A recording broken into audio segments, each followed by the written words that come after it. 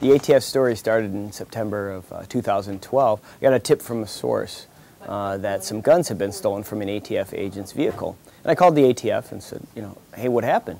And they said, as we do in these cases, we're close to getting the gun back. It's a sensitive point in the case. So, can you hold off? And we do that, sometimes. So held off for a month or so. Called them back, same thing. And they said, hey, we're getting close. Can you hold off? I said, okay. So another month passes, and that's when we got a call from the landlord.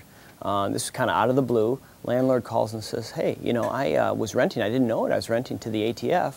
And they trashed my building, and they won't pay me for back rent, and they ran up utility bills, and I got a problem. So at that point, I just said, dropped everything and headed right over there. When I got over to the store, it's a former paint factory, paint store in a residential area in Milwaukee. A kind of surprising place to be running any kind of store.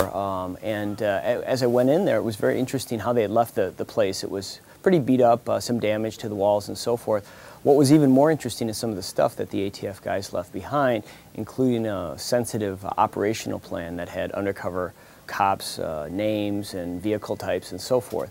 When he told me about that, coupled together with the damage to the building, I thought, well, we may be onto something here. That's when I realized, and I started thinking about the proximity of where the guns had been stolen, that was probably the same operation. As I dug into it deeper, I found that these guns were not only stolen, but the ATF had never recovered them, including a fully automatic machine gun, which today still remains unrecovered on the streets of Milwaukee. So as we continued to dig into it, and reporter Raquel Rutledge joined me shortly after this, we started finding out more problems about what happened in the operation, that the storefront itself had been burglarized. This was supposed to be an operation where they set up a phony store and they're buying guns and drugs from people in the streets of Milwaukee. What happened, though, is that they were paying very, very high prices for those guns, and some of them were coming directly from stores like Gander Mountain, and they're paying 100, 200% over retail value for these guns. They also had problems with who exactly they were going after when it came time to bust everyone. They arrested 4 of the wrong people, charged 3 of them. One of those guys happened to be in prison at the time on an ATF case, so they probably should have known that he wasn't the guy that they were charging. Those cases were quickly dismissed.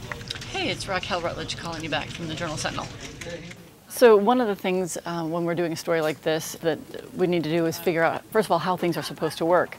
And with an agency like the ATF, it's often shrouded in secrecy. So figuring out how these undercover stings and undercover storefronts were supposed to work was a thing in itself. But one of the things I did come across was the best practices manual for violent crime impact teams. And in researching that, it turned out they are supposed to be locating these. Milwaukee is one of the cities where they have a violent crime impact team, and they're supposed to locate them in places where crime is on the rise. We have plenty more neighborhoods in Milwaukee where homicides are rampant, and they chose to locate this storefront in a residential neighborhood where aggravated assaults were declining already. It was kind of an interesting place to locate it. All right, thank you so much. Okay, bye. One of the other interesting things that came out of this story along the way as we kept working sources, we started hearing rumblings that they had used a mentally disabled man in their operation, that they had hired him to ride his bike around town and hand out flyers and actually try to set up gun and drug deals for them. So we were able to confirm through the U.S. Attorney's Office and through the Defense Attorney's Office that we were able to show and prove that he indeed had an IQ of 54, functions at the level of a kindergartner, and they had him, and they were paying him with cigarettes and a little bit of cash here and there, and then merchandise from their store. So they ended up, and then they turned around and charged him. So they had him work for 6 months, riding his bike around, promoting their store, and then they charged him, indicted him on 7 counts of gun and drug deals. Now, they ended up dismissing a lot of those charges, and he ended up getting probation. Just last week, he was sentenced to probation.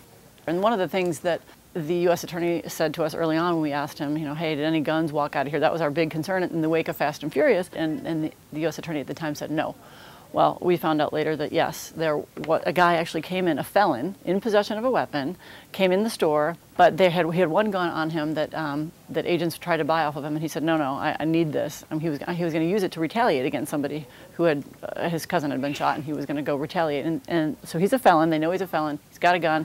They let him leave. They weren't able to purchase that, and as far as we know, that we don't know where that gun is at this point. But so there's a lot of accountability aspects along the way where they have made some serious blunders, some serious mistakes. There's been a lot of reaction from legislators on both sides of the aisle. Republicans and Democrats alike have called for inquiries into this. So the ATF did its own internal investigation. Congress has really been pressing hard to get some answers out of the ATF on what exactly has gone wrong here. And now the Office of Inspector General is doing its own investigation, especially again in the wake of Fast and Furious, when all these protections were supposed to be put in place to prevent something like this from happening. They're taking a good look at that right now.